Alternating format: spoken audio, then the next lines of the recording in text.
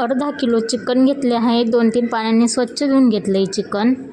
भाजी शिजवण्यासाठी कुकर ठेवलेला आहे. त्यामध्ये 1 पळी तेल टाकूया. जिरं टाकूया 1 चम्मच. त्यानंतर कांदा टाकूया.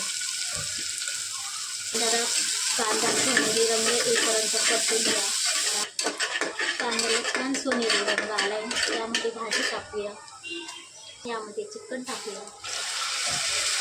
हळद टाकूया अर्धा चम्मच. त्यानंतर मीठ टाकूया अर्धा चम्मच.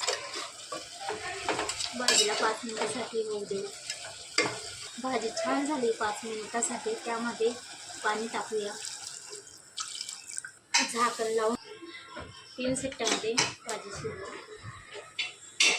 भाजीसाठी लागणारे मसाला तयार करून घेऊ. भाजलेला 1 कांदा घेतला आहे, लसूण घेतला आहे, 1 टमाटा घेतला आहे, आलं घेतलं आहे, भाजलेलं खोबरं घेतलं आहे, कोथिंबीर घेतली आहे. हे आपण मिक्सरमध्ये काढून घेऊया. जिरं टाकूया 1 चम्मच. धणे घेतले. घरगुती मसाला घेतला आहे 2 चम्मच.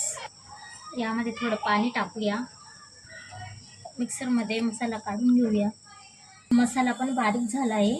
आता आपण भाजी करूया चिकन. इकडे भाजी पण शिजली गेली आहे. गरम करायला कढई ठेवली आहे. यामध्ये 3 पळ्या तेल टाकूया. तेल छान गरम झाले. यामध्ये मसाला टाकूया. मसाला चांगला होऊ द्यायचा आहे तेल सुटेपर्यंत.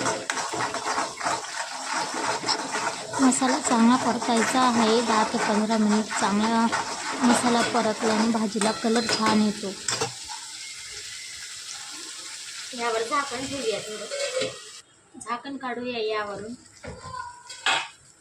मसाला छान परतला गेला आहे. यामध्ये चिकनची भाजी शिजवलेली टाकूया.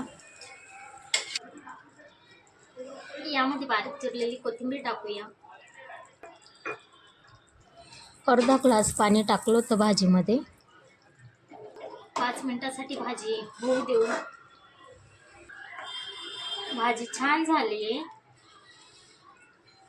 अशाच पद्धतीने करून बघा एक वेळेस. भाजी खूप छान होते. गरमागरम सर्व करूया. प्लेटमध्ये काढू भाजी. गरमागरम सर्व करूया भाजी. भाजीसोबत तर लिंबू तर हवाच की नाही. रेसिपी आवडली तर लाईक करा, शेअर करा, सबस्क्राईब करा. पुन्हा भेटूया अशा एका नवीन रेसिपीसोबत. धन्यवाद.